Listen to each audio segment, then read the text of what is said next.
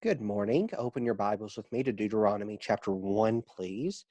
Deuteronomy chapter 1 is where we'll begin this morning. Hope you're having a good weekend and a blessed Lord's Day. This, I believe, is the fourth Sunday of my weeks in a row that we have not met collectively together. But I have appreciated so much all of the devotion and spiritual mindset that I have seen from so many of you over the last month, and really pray that you are using this time to bless God and to serve Him as best we can. I would like to bring our study of the book of Numbers to a temporary pause this morning. I'll have a few comments from the New Testament about it next week. But I would like for us to draw a couple of further lessons from the book of Numbers this morning. But we're actually going to do that from going to Deuteronomy. What Moses does in Deuteronomy is give a very concise summary of what happens throughout really the whole book of Numbers. What it takes over 30 chapters to do in Numbers, Moses does in 3 in Deuteronomy. So I'm going to do a quick review, and you'll notice if you're following along on the bulletin, there's 2 questions and 2 points that I ask at the top. Quick review. Number 1, we should not test God, but we should trust God. 2 weeks ago, we examined that thought. And the wilderness teaches us that Israel tested God and bemoaned him. Rather, they should have trusted him. The second lesson we learned from the wilderness is that we should not grumble against others, but rather we should bear burdens for others. So that's the distinction we made last week, as we practice love of others, we should not grumble, nor we should complain, but rather we should bear burdens and we should show grace to others. Those are the 2 main lessons you get from the book of Numbers. First, about our relationship with God, and second, about our relationship with one another. I would like to then go to Deuteronomy 1 this morning and begin examining how Moses recounts the wanderings of the wilderness and draw 2 different applications that we can take from the wanderings in the wilderness. So beginning in Deuteronomy chapter 1, I'm going to the next section of the bulletin. Let's notice what Moses says here. Deuteronomy 1, verse 1. These are the words that Moses spoke to all Israel beyond the Jordan in the wilderness, in the Arabah opposite Suf, between Paran and Tophel, Laban, Hazeroth, and Dizalhab. It is 11 days' journey from Horeb by the way of Mount Seir to Kadesh Barnea. In the 40th year, on the first day of the 11th month, Moses spoke to the people according to all that Yahweh had given him in commandment to them. After he had defeated Sihon, the king of the Amorites, who lived in Heshbon, and Og, the king of Bashan, who lived in Ashtaroth and in Edrei. Beyond the Jordan in the land of Moab, Moses undertook to explain this law. So as you look at what's going on in Deuteronomy chapter 1, what Moses is going to do for the next 3 chapters is give his own recount of the wanderings in the wilderness. As you begin the first couple of verses in Deuteronomy, I had really just skipped over these verses. I guess it's kind of like the preface and conclusion of a epistle, but it's kind of just factual detail that, yeah, that's neat to know how long it is. Last year on the Sunday before camp, Brother Aaron Kemple, that is Mark Kemple's brother. Mark did a meeting for us a few years ago. Aaron preaches up in Minnesota and, or is it Michigan? Michigan, yeah, sorry, one of those northern M states. And Aaron was talking about this verse, and I found his take on this verse far more fitting of what Moses probably meant here. This is probably how Moses spoke of this verse. It is 11 days' journey from Horeb to Kadesh Barnea. In the 40th year, on the first day of the 11th month. What Moses is doing here is not so much recounting geographical distances and time, but rather what he's doing is it took 40 years what it should have taken 11 days to do. It took 40 years to do what should have been done in 11 days. This, I think, then provides Moses' general perspective on the wanderings in the wilderness. As Moses goes on to recount the wanderings in the wilderness, this is not a good time for Israel, by no means. Sure, there's a couple of victories. He follows this up in verse 4 by talking about the defeat of Sihon and Og. But that is crouched within many other defeats that Israel had at other foreign kings. In general, the wanderings in the wilderness are a spiritual low point for Israel. They're going to be followed by, chronologically, the book of Joshua. And the book of Joshua will be a high point, if not the high point of the Old Testament. But in general, note that the book of Numbers recounts the low time of the wilderness for Israel. As he goes on through the next 3 chapters, then he's going to tell Israel over and over and over again, you were presumptuous, you were against God, you didn't listen to him, and these 40 years have been torture.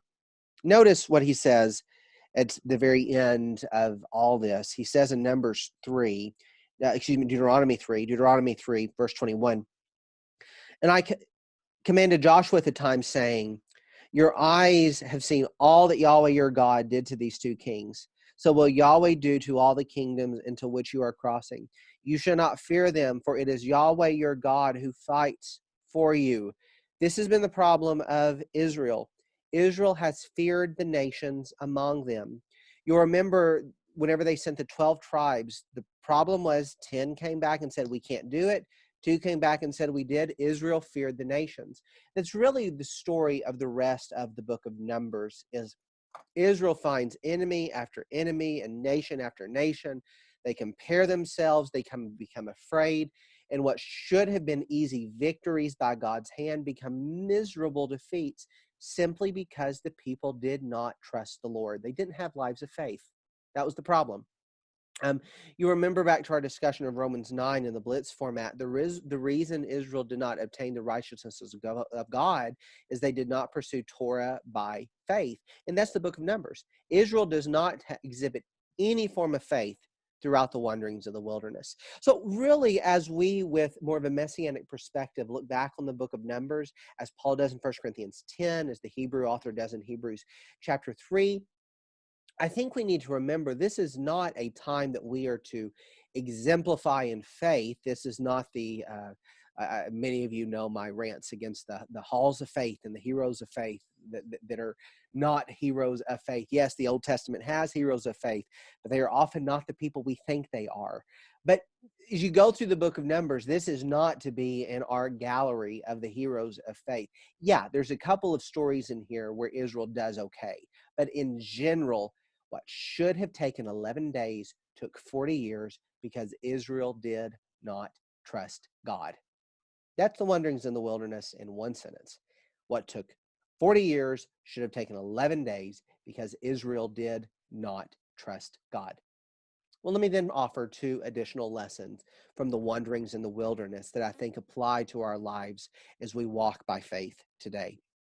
The first lesson is the contrast between wandering and walking. Again, the first lesson is the contrast between wandering and walking. I do actually want you to go back to Numbers chapter 32. Look back to Numbers chapter 32. If you have been going through Jessica and Ashland's 17 time periods videos, this last week, Jessica, it was just coincidental, was actually at the wanderings in the wilderness. And it dawned on me as I listened to what Jessica had put together for this. That's a fascinating phrase, wandering in the wilderness. I looked that phrase up, wandering in the wilderness. I had never really thought that much through it, but it's only used once to describe this time period of Israel's history. Look at Numbers chapter 32, verse 13. Numbers 32, verse 13. And Yahweh's anger was kindled against Israel, and he made them wander in the wilderness 40 years until all the generation that had done evil in the sight of Yahweh was gone. So Numbers 32:13, Israel was to wander in the wilderness. What should have taken 11 days took 40 years. Why? They were wandering. They were purposeless. Rather than wondering what should Israel have been doing, they should have been walking to the promised land. And as you just think through those 2 different images in your mind, again, I really hadn't thought through this till I listened to what Jessica had put together for that children's class, which, by the way, is not just for children. It has a lot of application for adults as well. Those 17 time periods are so helpful. When you think through what Israel was doing here, Israel should have been walking to the promised land. But they're wondering, what do you do whenever you wonder? I mean, you just flitter around and float around without purpose and intention and without any goal, and you just wonder. That's what Israel was doing. Israel lost focus of where they should have been going, and they wonder. Notice what Moses tells the people back in Deuteronomy. Go over to Deuteronomy chapter 5. I'm going to read a few passages here. Notice the pattern. Deuteronomy 5, verse 33. Deuteronomy 5:33. You shall walk in the way that Yahweh your God has commanded you, that you may live, that it may go well with you, and that you may live long in the land that you are going over to possess. Over to chapter 6, verse 7. You shall teach these words diligently to your children, and talk of them when you sit in your house, and when you walk by the way, and when you lie down, and when you rise. You shall bind them as a sign on your hand, as frontlets between your eyes. Wherever you go, walk in them. Over to chapter 8. Look over to Deuteronomy chapter 8. Down to verse 5. Know then that it is in your heart that as a man disciplines his son, Yahweh your God disciplines you. So you shall keep the commandments of Yahweh your God by walking in his ways and by fearing him. One more. Over to Deuteronomy chapter 10. Deuteronomy chapter 10, verse 12. If I had to pick one verse that summarized the whole intent of Torah, it's Deuteronomy 10:12. And now, Israel, what does Yahweh your God require of you but to fear Yahweh your God, to walk in his ways, to love him, to serve Yahweh your God with all your heart and with all your souls? Brethren, what are we to do? We are to walk in God's way. Now, this, of course, is not a new concept. I have talked about this many times in my preaching. If you'll remember back to a sermon that I offered, it was in December of last year about wayfinding. Wayfinding is as you're navigating around a city and the mental maps that are in your mind. From that, I demonstrated the two different paths of lives that we must wayfind. You either wayfind the way of righteousness or you wayfind the way of wickedness. That is the choice that is before us. What Israel is told to do from Moses is walk in God's way. Walk in God's way. And I'd like to extend that metaphor that I began offering many times over. I began it in the Proverbs classes where you really find it coming to full focus. But the contrast that I think is offered between Numbers and Deuteronomy is this. Too often in life, we are just wandering around without purpose. Rather, what we need to do is with every step, walk with purpose. Look over to Ephesians chapter 5. Ephesians chapter 5. Paul is going to make the same idea in Ephesians chapter 5, and notice what he says. Ephesians chapter 5, verse 15. Look carefully then how you walk, not as unwise, but as wise, making the best use of your time because the days are evil. What are we to do? We are to look carefully how we walk, knowing the days are evil, with every step walking in righteousness. Do you notice that the world around us is just wandering around purposeless? Absolutely wandering around purposeless. We as Christians are not to live lives of meaninglessness and vanity.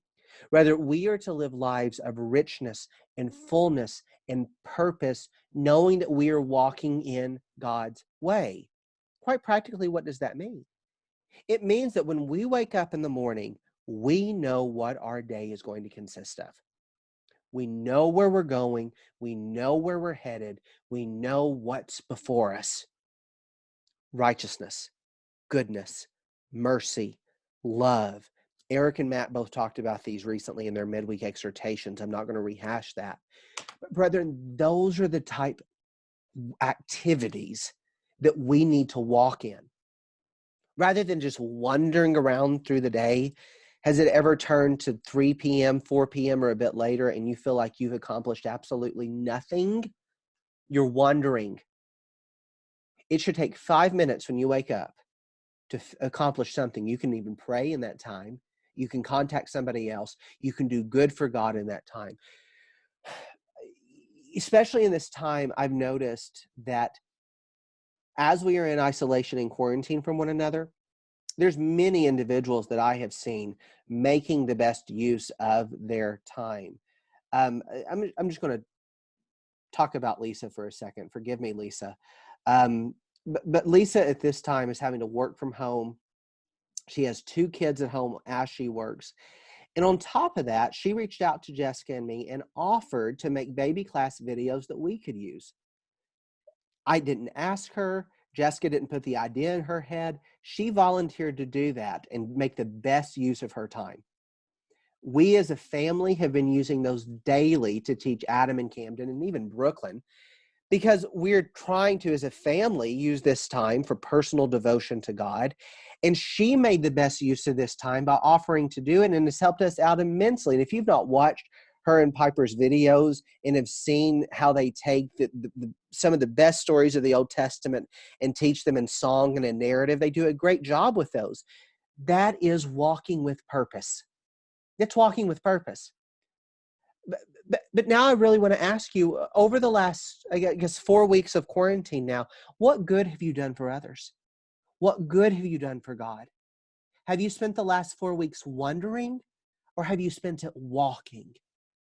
How are we living? What are we doing with our time? Are we wondering, or are we walking? That's lesson 1. The second lesson that I would like to offer actually comes back from Deuteronomy chapter 4. In Deuteronomy chapter 4, Moses begins his preaching section. What he's been doing to this point is historically retelling the misery of the wilderness and all the defeats that Israel had. But this is where he says, okay, this is what all this means. Deuteronomy 4, verse 1. And now, O Israel, listen to the statutes and the rules that I am teaching you, and do them, that you may live and go in and take possession of the land that Yahweh your God is giving you. You shall not add to the word that I command you or take away from it, that you may keep the commandments of Yahweh your God that I command you. Your eyes have seen what Yahweh did at Baal Peor, for Yahweh your God destroyed from among you all the men who followed Baal of Peor. But you who held fast to Yahweh your God are alive today. See, I have taught you statutes and rules as Yahweh my God commanded me, that you should do them in the land that you are entering to take possession of it. Keep them and do them, for that will be your wisdom and an understanding in the sight of all the peoples, who when they hear these statutes will say, surely this is a great nation that is wise and understanding. For what great nation is there that has a God so near it as Yahweh our God is to us whenever we call upon him? And what great nation is there that has statutes and rules so righteous as the Torah that I have set before you today? The second lesson is this. We are to demonstrate in our lives the very wisdom of God. We in our lives are to demonstrate the very wisdom of God. What Moses is doing is telling them, I want you to think back to the last 40 years. For the most part, you have looked like fools. You have looked like utter fools. Nations that were smaller than us looked at us and saw us as weak. Nations that were greater than us looked at our God and saw him as powerless. Because you have refused to trust in God, you have refused to give your life over to him, and you have refused to walk by him, and you have made Yahweh our God appear weak in the sight of the nations. Do our lives, do our actions, do our words, do our walks make God appear as wise? Or do we make God appear as full? As you look at the last few chapters, this is a midsection of the book of Numbers, beginning about Numbers 23. There's the story of Balak and Balaam. This is a foreign king who calls a sorcerer, really, to come and practice divination and to give curse against Israel. He's unable to do it because God is with him. Israel, it doesn't seem, comes into great knowledge of this, even though Balaam makes them fall in Numbers 25 at Baal of Peor. But what that story is showing is Israel was demonstrating Yahweh's reputation to the nations. It was through Israel that Yahweh's reputation and Yahweh's name was to be established to the nation. I think that's the whole point of that narrative. As you go throughout the book of Numbers, you see other nations, the Midianites and the Moabites, the Amalekites and others that see Israel, and for the most part, they see them as a worthless people who have a worthless God. Moses is telling them, as you enter the land of Canaan, do not do the same thing. In your lives, in your actions, in your patterns, in your families, and everything that you do, show God as wise. For what great nation is there that has a God so near as Yahweh our God is to us whenever we call upon him? Go over to 1 Peter chapter 2. 1 Peter chapter 2. As we think through this idea of showing the wisdom of God in our lives, said another way, is we show the wisdom of God through the church to the nations, to the world. We have to demonstrate in our very character and in our actions that we are serving a good God. Notice what Peter says. This recounts much Exodus language. 1 Peter 2, verse 9. But you are a chosen race, a royal priesthood, a holy nation, a people for his own possession, that you may proclaim the excellencies of him who called you out of darkness into his marvelous light. Once you were not a people, sound like the Exodus, but now you are God's people. Once you had not received mercy, but now you have received mercy. What he's doing in verses 9 and 10 is giving them a holy identity. Much as God did to Israel, this is all Exodus 19 and 20 language in verse 9, you as the church are now God's people. So verse 11, beloved, I urge you as sojourners and exiles to abstain from the passions of the flesh which wage war on your soul. Keep your conduct among the Gentiles honorable, so that when they speak against evildoers, you as evildoers, they may see your good deeds and glorify God on the day of visitation. What are we to do? We are to show the goodness and the glory of God in our conduct to the nations. Sound like Deuteronomy 4 at all? Again, we are to show the wisdom of God to the world through our conduct. That is the call of the church.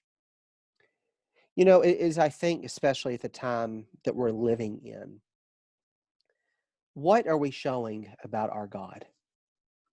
I mean, whenever the world looks at the church, at this point, what are they seeing about our God? I think sadly right now, too many in the world are looking at the church and they are seeing us as an obstinate, careless people who care far more about our ritual than we do people's lives. Quite honestly, I think that's the general trend that we're seeing. Is that really what we want the world to see from us, that we're careless, heartless, selfish people? I don't think those are the Christians I know. I think rather what we need to demonstrate to the world is that we are a merciful, compassionate, selfless people who are willing to pour out mercy to those who don't even deserve it and grace to those that don't earn it, because that's what God has done for us. What I don't think the media is focusing on at this time is the amount of Christians whose faith is motivating them to, in medical practices, put their lives literally on the line so that they can pour living water and save others. Those are the stories that we're not seeing. But that's the reality of what I see right now. Is I see so many brothers and sisters in Christ that are putting themselves even in harm's way to help other people for the simple reason that they are called to be selfless by God. When I see doctors and nurses and other medical professionals like that, do you know what I think? What a great God we serve that could take people who are selfish and turn them into instruments of mercy and love, that they're even willing to put their own lives at risk for the sake of people they don't even know. If that's what the world sees of us right now, what do they see of our God? They're going to see a God who cares for those who are sick in sin and wants to heal them and make them well and give them life. Brethren, I ask you, how are you demonstrating the wisdom of God to your neighborhood? Are you showing the mercy and the love of God in this time of trial and suffering? Or are you being an absolute hermit and keeping all to yourself? I'm not saying get yourself out there and go hug everybody on the neck. That's not what I'm saying at all. But I'm saying we can call. We can leave notes. And we can show mercy and grace. And we should show the world that we're a peculiar people. We're a strange people. Because we serve a peculiar God. One who in his core is glorious. Who is love, who is righteous. And that is when the world looks at us what they should see. A people, yes, that are strange. A people that are peculiar. People that want to be filled with worship and praise, even in times of suffering. Or may I say, even especially in times of suffering, if you listen to Jeremy's talk from today. But brethren, we are to demonstrate the wisdom of God to the world. When the world looks at us, do they see the wisdom of God? I'd like to bring our study of Numbers to a close by going back to Deuteronomy, and this time Deuteronomy chapter 8. Deuteronomy chapter 8. Moses looks forward to a time after his death, and he tells them in Deuteronomy chapter 8, Deuteronomy 8 verse 1, the whole commandment that I command you today you should be careful to do, that you may live and multiply, and go in and possess the land that Yahweh swore to give to your fathers. And you shall remember the whole way that Yahweh your God has led you these 40 years in the wilderness, that he might humble you, testing you to know what was in your heart, whether you would keep his commandments or not. I once heard the first 5 books of the Bible explained this way. Genesis shows us our creation. Exodus shows us our salvation. Leviticus shows us the instruction, the law of God. Numbers shows us our life. Deuteronomy shows us our reflection. And Joshua in the promised land shows us our eternal hope. The book of Numbers is an allegory. It's a parable. Does it mean it's not real? It means it's even more real.